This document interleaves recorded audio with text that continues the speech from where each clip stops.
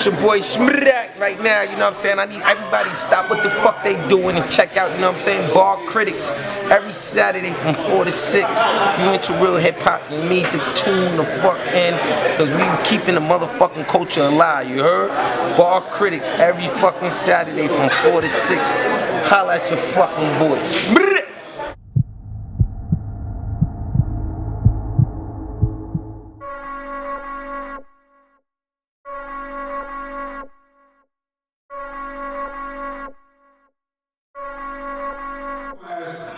Bringing it back to what Swag and what Ray Swag was saying, do you feel like based on his response that he potentially is not evolving with the culture itself? I don't really pay attention to, in a sense, and that's no offense to what Ray's doing. I got a mutual respect for Ray. I think he's got a lot of what how do you call it? I've got a lot of respect for him. I see a lot of myself in Ray and his ambitions and stuff like that. I mean, I don't really pay attention to what they do or anybody else. I'm just really focused on what I do and my product. And like I said, like, my opinions are my opinions. You feel me? Whatever they do, I don't really pay no attention to that, to be honest with you. Like, that's just how I look at it. Like, however he feels for the culture, he's entitled to, as a man, to his opinion. I'm also entitled to mine. So, that's how he feels. It's cool. I just don't feel that way. All right.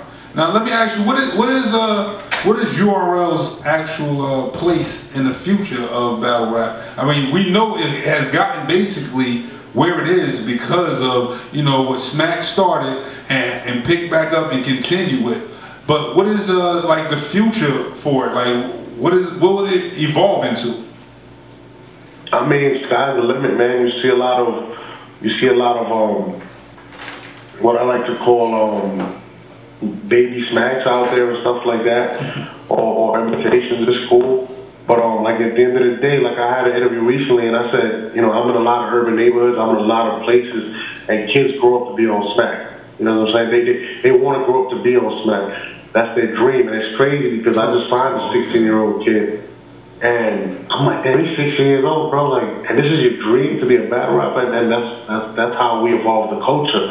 Before people were dreaming to be rappers, now they're dreaming to be a Smack URL battle. This is their dream, and it's crazy, and it's insane to me. So, we have a lot invested in this, and a lot of fans have a lot invested in us. I mean, sometimes you're going to get negative pub, but so does the NFL, so does the NBA. When you're in a position where everybody wants to be you or be with you, you have to deal with controversy. It's life. Like, I live this life every day. This is my life. I hate when people be like, oh, battle rap ain't my life. Motherfucker, this is my life. Yeah, this is what I live. I live, breathe, eat, shit this. You know what I'm saying? Yeah, no, I feel you. And I think a lot of people try to down, like, yo, this ain't my life. Like, I'm like, okay, then why you doing it? You know what I'm saying? I do this for me. I do this for fans. I do this because we love to do this. Well, based on what you said, you want to eat shit, sleep, this time. My bad. Based on what you're saying right now, what is your place in the culture, in the battle culture? What is Norb's place in the culture? I mean, like I said, like, I'm part of one of the biggest league in the world. You know what I mean? And in terms of the culture, I feel like I represent, everything as a whole. It's like, just from talent to making kids' dreams come true to, like, it's almost like I was watching the NFL draft. Like, I'm a big NFL fan. Right. And I watched Mr. Goodell up there and how everybody, when they go up there and they get drafted and they're ecstatic. And when I draft a player or a battler, it's almost like, it's not the NFL, you know what I mean? It's almost the same feeling with these kids. Like, they're so ecstatic. So, to me, it's like I'm making dreams come true for these kids, man, and it's something I love to do. So, to me, it's my responsibility to continue to put out the best product. It's my responsibility to continue to grow. It's Smack's responsibility to help us grow. It's Beasley's. Like, we all, we set the precedent, you know what I'm saying? And we got to continue to, make people's dreams come true and continue to grow the culture. That's how I feel. With me personally, I call myself the voice of battle rap, man. Like, that's why when I said the whole slaughterhouse thing, everybody went crazy. You You know what I'm saying? Yes, I'm gonna say what I feel for my culture. I feel you now.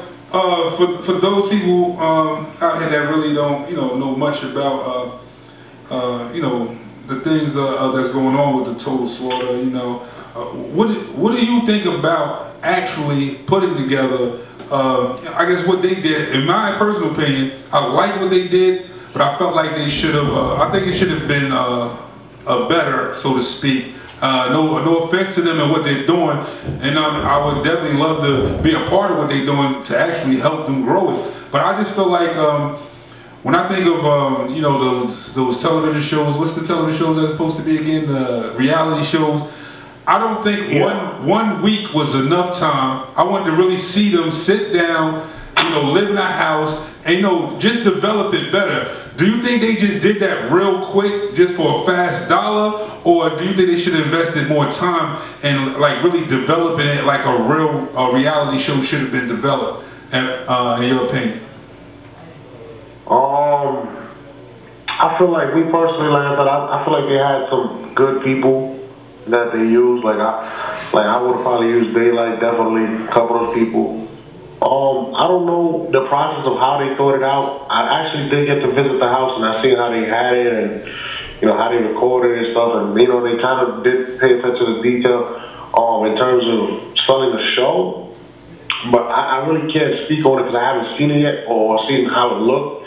I don't know what they could do in a week's time. I don't, what I mean? So, I know,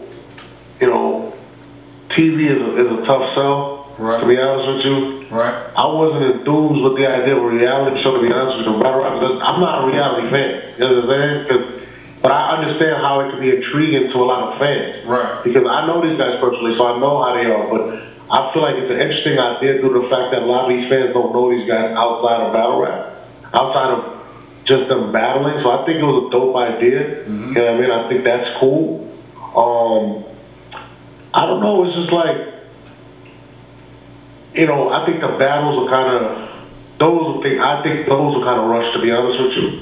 But I'm only going by hearsay. Yeah, hearsay. Me as well. You're not gonna be able to get a full response from me until I can really see it. That's how I feel about the situation. So I reserve the right to hold that. I said I reserve the right to hold that one and ask it again later. Yeah, man. I'm moving whatever, man. I'm always gonna answer. I'm always gonna answer the people. Yo, let me ask you another. Yeah, because you're a real dude. Yo, like how I came across you. One day I just hit you like, yo, I want to talk to you. Boom. Let me follow me back so I can give you my number. You just sent me your number. I called you. You answered it. We talked. We spoke a few times. I did a couple of business transactions with you, so you're one of the realest dudes that I've met so far in the culture. You feel me? So I definitely salute you for that. I appreciate that, man. Like I said, I'm a very reachable person, man. Like when people meet me, it's kind of surreal sometimes. Cause like I'm taken back by how people react sometimes when they meet me. Like I was in Jamaica, Queens last night. Midnight, it's the latest shit. I hear people calling my name through the window, like, man, that's Norbs. Like, I'm bugging out. Like, I'm thinking I know the people, and they were just big fans, man. Like, it's just crazy. So, I definitely appreciate like the love, and that's why I'm very reachable. Sometimes I'm too reachable. I'm too accessible sometimes, and that's what Smack does. Yeah. I could go with that. I could definitely go with that. But off that subject for a minute, I remember one time you said that you felt like Lux would beat Eminem if Eminem ever came back to the new genre of battle rap. Yeah. Do you still believe that? Clear as day. I don't think it will be close. I feel as if Eminem was never a great battler, to be honest with you. Wow. And there is footage of Eminem. I could speak. I'm just keeping it real. Like, I thought it was cool, but it's a different era.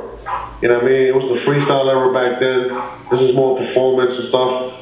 So, honestly, like, I don't feel like he would transition well, to be honest with you, against Loaded Lux. To be honest with you, even with the Juice, like, he lost the Juice, right? From the West Coast twice. Right. I don't think Juice would win a battle. That's not even a shot at Eminem, to be honest with you. Okay. Juice wouldn't be able to withstand the stuff that's going on now. And I think Marshall is one of the greatest rappers of all time, it's just a different ballgame. You know what I'm saying? It's not, you know, a lot of people vision him as this great battler. I never thought he was a great battler. I thought he was a great rapper. You know what I'm saying? But never somebody like Lux. Like, Lux is known as a great battler. And if you flip the questions, and if you flip the situation, just say, can Lux be a great album? I don't know. To be honest with you, I haven't seen it yet. I feel it. So I got to actually see Eminem battle, and I was like, all right, he's cool, but not against Loaded Lux. You know what I'm saying? I feel you. So speaking of that transition, you think Reed gonna do good against John? I already said before that I think John John's gonna beat him. I think Reed is jumping into a stage like the URL stage is like no other. You know what I'm saying? Like, it's just the demand from our fans and what to expect. And I just don't see Reed transitioning well right away, especially the fact that he took such a big leap. He didn't just, let me take a one-off and then boom, I'm jumping a Gnome, the biggest stage in the world. And I'm battling John the Don, who has all the experience. He's done this so many times, and John John's not nobody to lay down to. I commend him because he's not scared of a challenge, the same way I commend Joe Budden for what he's doing. But you gotta respect that stage. That URL stage is not to be played with. And I feel as if, due to the fact he's never really battled in front of people, I think he's gonna have a long night, to be honest with you. That's just how I feel. Yeah, I feel the same way. Like, we was just going over the card a little bit before you called in, and we was just about to talk about the Reed and John. And I definitely said, you know, because Reed's a very confident individual. He always feel like, I got this. You know what I mean? And if he really thinks that, you know.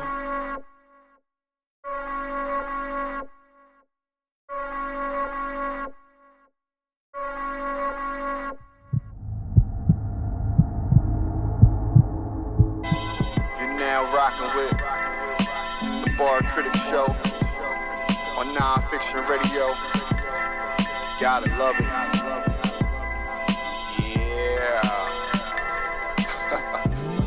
You're now rocking with the best. You know it's way better than the rest. Repeat that and say it with your chest. Broadway, you know I got the crazy flow. And I brought the bars to the Bar Critic Show on Non-Fiction Radio. You gotta love it. How we going straight to the top, nothing above it. I'm a monster. So of course, shout out to Monster. Every track I hop on, yeah, I go bonkers. My flow.